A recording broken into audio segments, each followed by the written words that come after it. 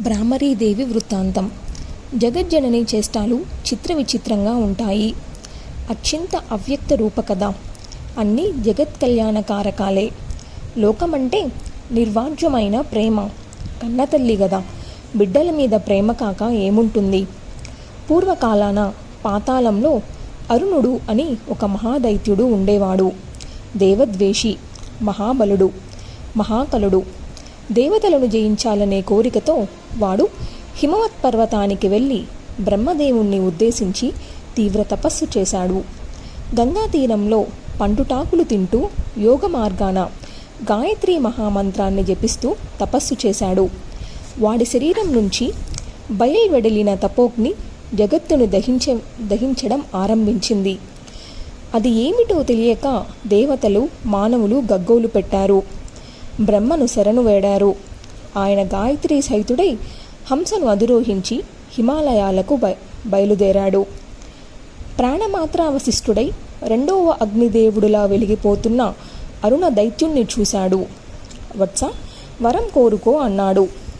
ఈ మాటలు వినడంతోనే అమృతం చిలికినట్టయింది. అరుణుడికి ప్రాణాలు లేచి వచ్చాయి. కళ్ళు తెరిచాడు. ఎట్టి ఎదుట గాయత్రీ సహితుడై చతుర్ముఖుడు. అరుణుడు సాష్టాంగపడ్డాడు. ఇద్దరిని భక్తి ప్రవర్తలతో స్తుతించాడు. మరణం లేకుండా వరం ఇవ్వమన్నాడు. అరుణ, హరిహరాది దేవనాయకులకు సైతం మృత్యువుకు అతీతులు కారు. నాకు మరణం ఉంది. ఇక ఇతరుల మాట చెప్పాలా? కనుక దానవోత్తమ, యోగ్యమైన వరం కోరుకో, ఇస్తాను. ఇవ్వడానికి సఖ్యమైనది అడుగు. అంతేగాని అలివిగానివి అడిగి పంతానికి పోకు. అది బుద్ధిమంతుల లక్షణం కాదు. అయితే చతుర్ముఖ, యుద్ధంలో కానీ మరొక చోటు కానీ శస్త్రాస్త్రాలతో కానీ పురుషులతో కానీ స్త్రీలతో కానీ ద్విపాతులతో కానీ చతుష్పస్థాలతో కానీ రెండూ కలిసిన వాటితో కానీ నాకు మృత్యువు లేకుండా వరం అనుగ్రహించు. దేవతలను జయించడానికి కావాల్సిన బలమియ్యి. బ్రహ్మదేవుడు తదాస్తు అన్నాడు. హంసవాహనం కదిలింది.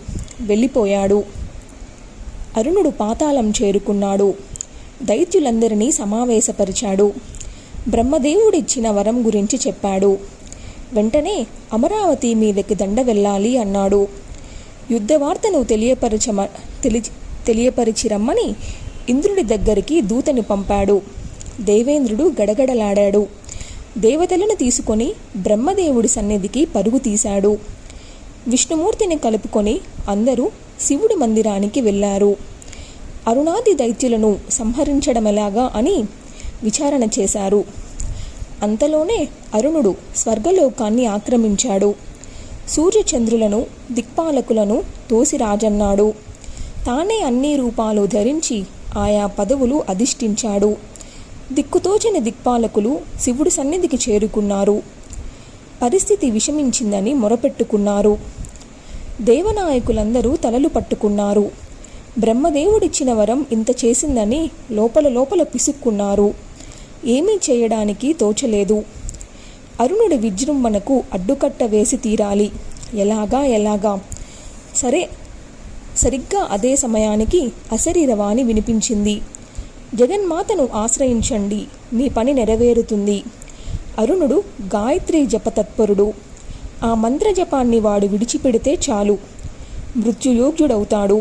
ఈ మాటలతో దేవతలకు ఒక దారి దొరికినట్టు అనిపించింది.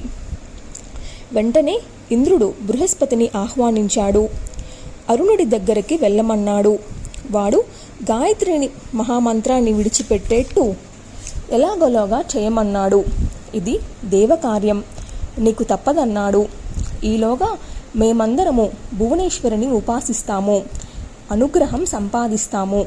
నీ కర్తవ్యం తేలిక అవుతుంది అని చెప్పి దేవగురువును పంపించారు. ఆయన అటు వెళ్ళగానే దేవతలందరూ సుస్నాతులై జంబునాథేశ్వరిని ఉపాసించారు. మాయా బీజాక్షర సహితంగా మహామంత్రాన్ని జపిస్తూ దేవీ యజ్ఞాలు నిర్వహించారు. బృహస్పతి అరుణుడి దగ్గరికి వెళ్ళాడు. అతడు గదించి ప్రశ్నించాడు. బృహస్పతి, ఎక్కడి నుంచి రాక ఇక్కడికి ఎందుకు వచ్చావు? నేను మీ వాణ్ణి కాదు, పైగా శత్రువును. దైత్యనాయక, ఇదేమిటి ఇలా మాట్లాడుతున్నావు?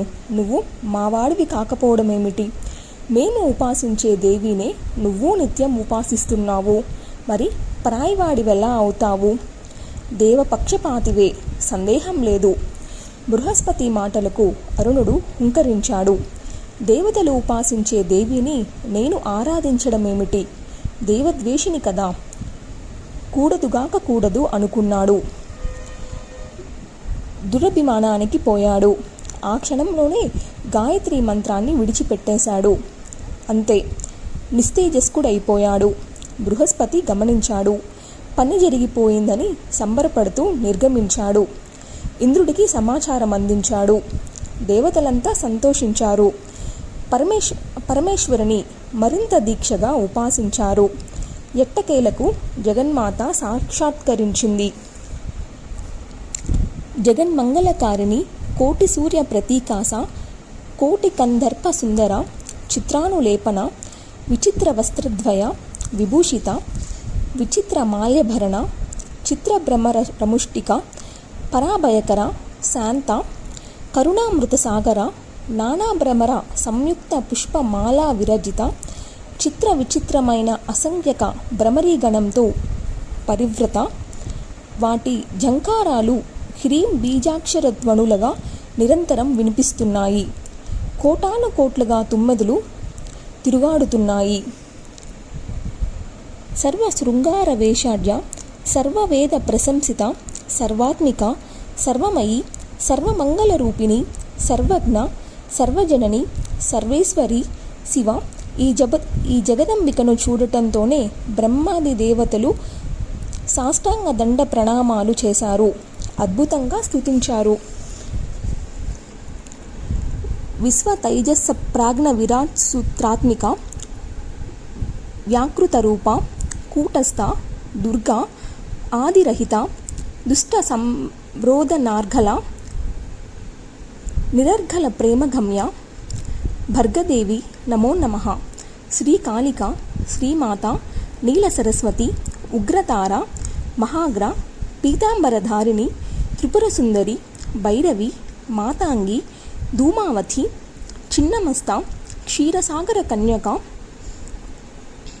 శాకంబరి, రక్తదంతిక, శంభూని శంభులధలిని, రక్తబీజా వినాశిని, ధూమ్రాలోచన వినాశిని, వృతాసుర నిబ్బర్హిని, చండాముండ ప్రమదిని, దానవంతక రూపిణి, విజయ, గంగా, శారద, వికచానన, పృథ్వీరూప, దయారూప, తేజోరూప, ప్రాణరూప, మహారూప, భూతరూప, విశ్వమూర్తి, దయామూర్తి, ధర్మమూర్తి, దేవమూర్తి, జ్యోతిర్మూర్తి, జ్ఞానమూర్తి నమో నమః. గాయత్రి, వరద, సరస్వతి, సావిత్రి, స్వాహ, స్వద, దక్షిణాదేవి నమో నమః, నమో నమః. నేతి నేతి వాక్యాలతో సకలాగమాలు బోధించే ప్రత్యక్ష స్వరూపిణిని నువ్వే, పరదేవతవు. నిన్ను సేవిస్తున్నాము. భ్రమరీగణం పరివేష్టించి ఉంది కాబట్టి ఇప్పటి నుంచి నువ్వు భ్రామరీదేవివి. జగన్మాత, నీకు సర్వదిక్కుల నుంచి నమస్కరిస్తున్నాము. మన ద్వీప నివాసినివి, దయచూడు. అనంతకోటి బ్రహ్మాండ నాయక, జగదాంబిక, కరుణించు. శ్రీ భువనేశ్వరి, సర్వోత్తమోత్తమ, జయము జయము. కళ్యాణ గుణరత్నకర, పరమేశాని, జయము జయము.